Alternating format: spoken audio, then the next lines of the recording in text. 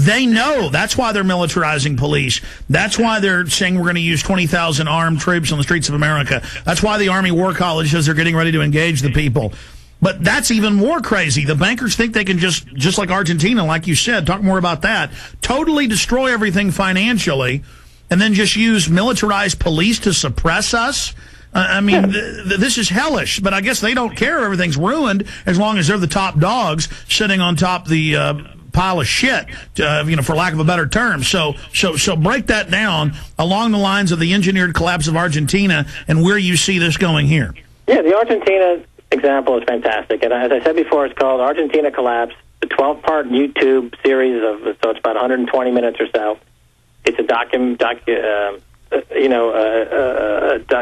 film, and it lays out the timeline. So what's remarkable about that film is you can pretty well figure out where America is on the timeline. And right now, America seems to be on around the 2000-2001 period when the banks and the politicians and the legal system basically just pulls up the drawbridge and says you're on your own. And the people are on the street banging pots.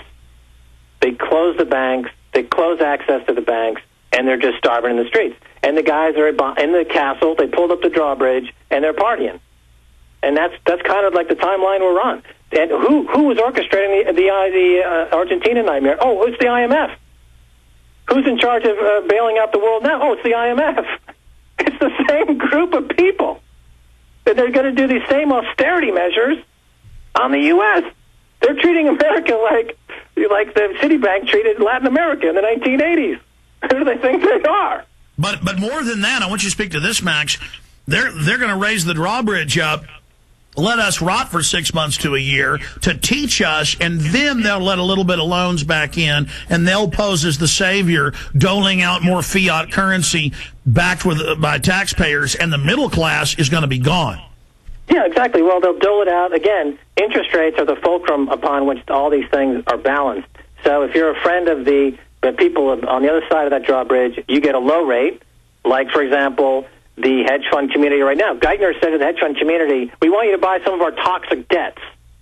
And to do it, we're going to lend you money at virtually zero interest rate. And if it doesn't work out, you don't lose money, we're going to bail you out again.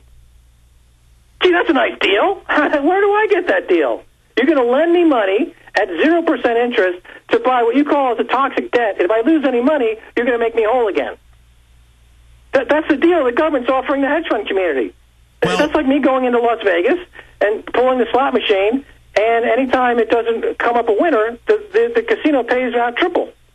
What would you say to the police and military listening? I mean, they really have the same interest of the American people. They're all having their future destroyed as well. Comment on that. And then secondarily, what about having state grand juries, federal grand juries, go after more of these Madoffs, more of these bankers that have committed all these crimes, and start bringing these arrogant bastards to justice? Then we can, get rid of their system and bring back liberty and freedom and transparency and the rule of law. I mean, it's either us or them. If we keep letting them grandstand as the saviors for the crisis they created, there's no end in sight. Well, the police and the military, they're in a horrible position because, first of all, as a society, we need police, we need military. And so they are just stuck in a horrible position. If you use the Argentina timeline, what happens is eventually at the end, they side with the people.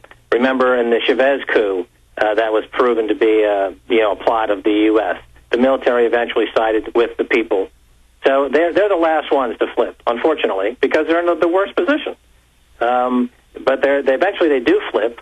But by then, the situation is quite bad. Now, how do you go after these people? If you go back to the 1980s with Michael Milken and Drexel Burnham Lambert, which was at that time the biggest fraud in Wall Street history, ultimately, I think it was Rudy Giuliani, who was a prosecutor at the time in New York, they had to go and they had to use RICO, anti-racketeering.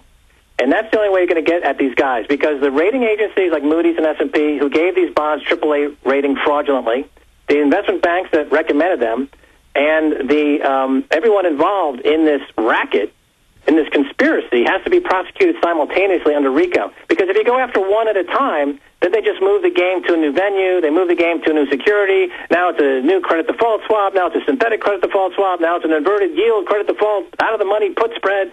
They just keep making up new securities as they go along, and it's impossible to track them down. So what Giuliani figured out was RICO. We're going to go after them as a racket. And they took down Drexel, they took down Ivan Boesky, and they took down Michael Milken. To take down Geithner and these guys, they've got to go after them using RICO. But now it's 1,000 times worse. Now they premeditatedly thought about this. They're leveraging it to the global level, and they're saying we're going to set up a new bank of the world that you pay your taxes to. I mean, I guess they've got to go for broke, because if they don't go for broke and get the power, get the tyranny, I mean, what I'm saying is they've got to have the tyranny in place just to protect themselves from all their previous crimes. Again, the Argentina timeline and methodology, it's a great film. If you haven't seen it or you haven't seen it recently, check it out again. The way that basically what happens is the legal system, the judges and the judiciary, it gets into play, and the highest courts in the land start to rewrite laws. And I would imagine that as the banking crisis gets worse and worse, we're going to see some new laws which are going to be sweeping. Remember that when the lawsuits against the telecom companies for illegally spying on people, they just basically swept all those suits under the rug in one draft of the pen.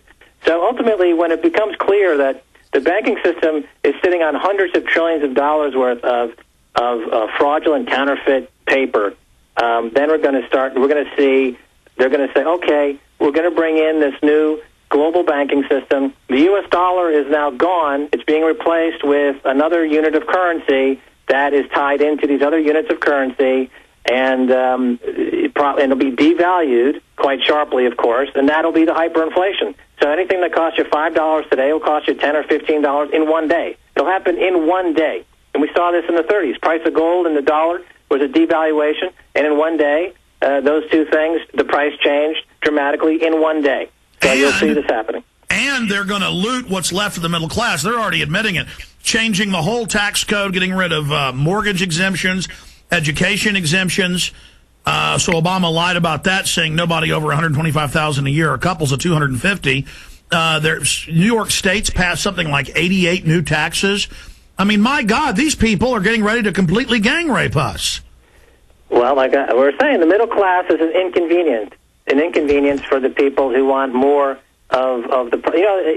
Like in Nantucket, if somebody in the middle class builds a house in front of your house, and you're like Carl Icahn, and you're out in Nantucket, and some arrivist builds a house in front of yours, that's quite upsetting. So you'll do whatever you need to do to get rid of this middle class, this thing called the middle class. It's in my way, and this is the mentality. And the U.S. was formed as an escape from the Bank of England. Benjamin Franklin said one of the reasons that we started the America to begin with was to escape the pernicious clause of the Bank of England and the usury that came with it. Well, that lasted for a while, and then the U.S., the same people who brought the Bank of England, started the Federal Reserve Bank in 1913, and that was a horrible event in terms of America's quest to be independent of a usurious central banking system that is, as you would say, a parasite, and it hasn't contributed to growth whatsoever. So, but as far as pointing the finger at Obama, the thing is, ultimately, the people in the United States are going to have to figure out. One of the horrible tragedies of all these security checkpoints and all these police and the militarization is that neighbor begins to distrust neighbor. And people are really paranoid, and people are really afraid of each other. And that's exactly plays into the hands of the people who are confiscating the wealth. Any solution is going to require cooperation and community cooperation. And that's going to have to. That's why in the Constitution and the Bill of Rights, there's the right to assemble. Well, the right to assemble is being destroyed because you've got checkpoints, you've got militarization, you've got CCTV cameras, you've got spies everywhere. We can't even assemble. We can't even have a meeting to decide what we want to do. And we listen to Alex Jones' show, and Alex Jones is, trying to get as much information as he possibly can within an information universe that's, for the most part, is completely controlled by a corporate agenda. Yeah, and now, Max, I'm really getting demonized by the left and the right. They are really coming after me. They got COINTELPRO, low-level, high-level people.